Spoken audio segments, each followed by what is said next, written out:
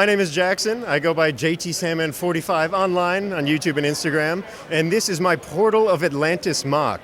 This is my first display I've ever brought to Brickworld Chicago, or any LEGO convention for that matter, and I'm very, very happy with how it's been received so far.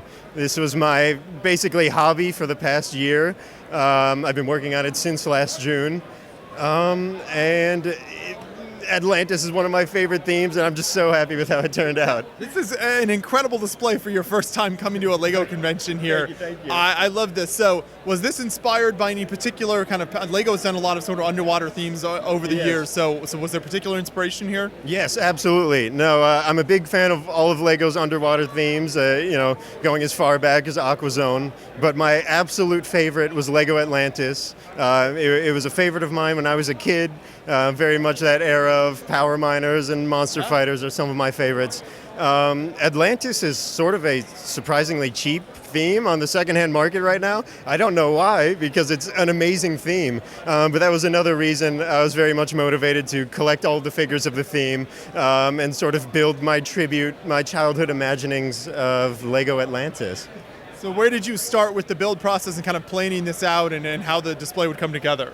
I maybe foolishly stepped into actually building a little bit earlier than I should have. My only pre-planning was a paper sketch of sort of the loose outline of a temple sitting on top of a staircase and some subs around. I did a little bit of digital building to sort of figure out what parts I wanted to order, because my collection definitely isn't this big from the start. And really, I just ordered the parts and started building. It was really one chunk at a time, sort of every piece that separates a part was maybe a weekend's worth of work. And that sort of all accumulated in a year's effort for the final display scene here. Yeah, well, let's start here at the bottom and kind of work our way up, so you can take us through some of the details and kind of the bottom, ocean bottom section here. Absolutely. Well, down in front here are some tributes to Mission Deep Sea, an awesome underwater theme from 2004, with a little LEGO agent swimming nearby as well. Scattered throughout the whole display are the LEGO Atlantis keys. So I have all 5 of them floating around, being held by some Atlantis characters, and of course all 6 of them around the portal in the middle. Obviously a big star of the show is my rebuilt Neptune carrier. An absolute favorite when I was a kid. I love the LEGO Atlantis movie. Of course, it was so heavily featured in the commercials as well. So it was really something I wanted to do from the start. It's approximately double the scale of the original, so it's twice as wide, twice as long. Quite a bit bigger. The scale of it, I think, can be best represented with these pieces here. Those are originally the big canisters on the side of the ship that would open up so the car could come out the front, and those are kind of small details on the back of the ship at this point. I guess going around the back here, another one of my favorite underwater themes is SpongeBob, which doesn't get a lot of representation. So of course we got SpongeBob up there with the jellyfish, Plankton as well. And I'll show you one of my favorite hidden secrets on the mock, which is under this round rock. And there's Patrick's house, of course, with his little sand couch and his TV. And I couldn't forget to include Patrick stuck to the bottom of the rock as well. One of my favorite parts of the mock that's sort of hidden away because of I didn't plan ahead that much is this big temple in the back. It took up most of the white pieces I had at the time, but I'm very, very happy with how it turned out, even if I hid it away. But I do think the lights help to see that much, much better. And what do we have back here? Sure. In the back here is a great set, a LEGO Town Divers set. It's slightly rebuilt, but it's honestly, the part molds in there are so good, I couldn't pass up just using them in the mock. There's also a police alligator down in the front who's arresting an Atlantean diver who stole some gold. A couple of Mario mobs up top, a Cheep Cheep and a sea urchin, as well as some LEGO City Explorer minifigs. Of course, the Atlantis shark was a famous creature from the theme and one I really wanted to create as well. The back is a little more empty than the front is, but I had to save money and time somewhere, so I don't really mind how it turned out. But of course, it's finished around the back. There's a cave with some creatures and a little Minecraft chunk in the back if we can get that far. But it might be better to shoot that one later. No, that's very, very impressive. So come back around to the front. We'll kind of go around to the right side here. And what do you have on this side? Yeah. Well, the main thing I really wanted to capture with this display is sort of tricking the eye into making it look bigger than it actually is. So I've attempted to do that with the staircases here, with the 3 tiered staircases, slowly getting smaller as it goes up the build, to hopefully give the portal, a bit more of its centerpiece status, as I was hoping. Around the front here, we've got the first little ruin section that I built, with a whole bunch of manta ray warriors. I'd call them the Teenage Mutant Ninja Warriors because I ran out of tridents during this build, so I sort of had to change up what golden weapons they were using. Another one of my favorite details in the front corner is this little gazebo. Of course, had to include more trident builds, so there's one up top and a whole bunch of treasure with some crabs surrounding it. One of the most hidden references that I didn't mean to be so hidden because it's such an important theme is Aqua Raiders. There's a little crash sub back here behind the gazebo with a little skeleton. Of course, in the original Portal of Atlantis set, there was an Aqua Raider skeleton, so I wanted to include that here. In the back there is the anglerfish in probably one of the most difficult sections to make, which is that large angler cave. It took me probably a week to do, and it's about the size of a modular building to be long enough to enclose the entire anglerfish. I probably didn't need to do that, but I love the effect that it gives with sort of the blacked out bricks in the background, and it really does look like a cave that sort of goes endlessly into this rock wall. Up on top of the cave is one of the first creatures and Atlantis things I built. Should I pause for that? Yes. And that's the mech and the squid, or not the squid, the scorpion. I based the scorpion more off of a real scorpion than the Lego set. So I gave it, the creepy legs, but made sure to use those same stickered pieces. And the mech, it's not exactly based on the set. I wanted it to be a little beefier and a little heavier to make it look more like a mining mech. And I'm really, really happy with how that turned out. I think those are some of my favorite lights across the whole mock, because it really, it shines up the seafloor as you would hope it would, being a deep sea exploration theme. And that brings us into kind of the central section here. Yes. So how did you incorporate some of the lights in the screen back there? Yeah, the screen was one of the things I wanted to do from the start. I went to school for film, so I felt it was right if I included some video reference, something happening in the mock. And the portal just felt right.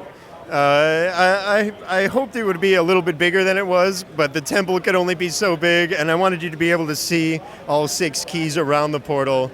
So that's how it ended up being. I bought like a 10-inch Amazon Fire tablet, way bigger than I needed. I needed like a 4-inch screen for the portal. So I've learned my lesson for next year. And then how about up above that as we get to the very top? Yeah, the top of the temple was one of the things I really wanted to make sure looked right. Very sort of Greek ancient architecture, very angular, and of course the golden portal or the golden temple king is up top with a trident. It's one of the figures I spent the most amount of money on for this mock, but I'm happy it's there. I mean, it wouldn't be the complete city of Atlantis without that golden king. I've included a few of the new stingrays up top and some divers among the scattered figures. And then at the very top is sort of a few more temples, and behind that, a rebuild of the Seabed Scavenger, one of my absolute favorite sets as a kid. Honestly, it's pretty close to what the original set was. I just sort of rebuilt the body of the ship. A lot of those, classic 2009 specialty molded pieces like the tires are some of my favorites, so they simply could not be replaced in the rebuild.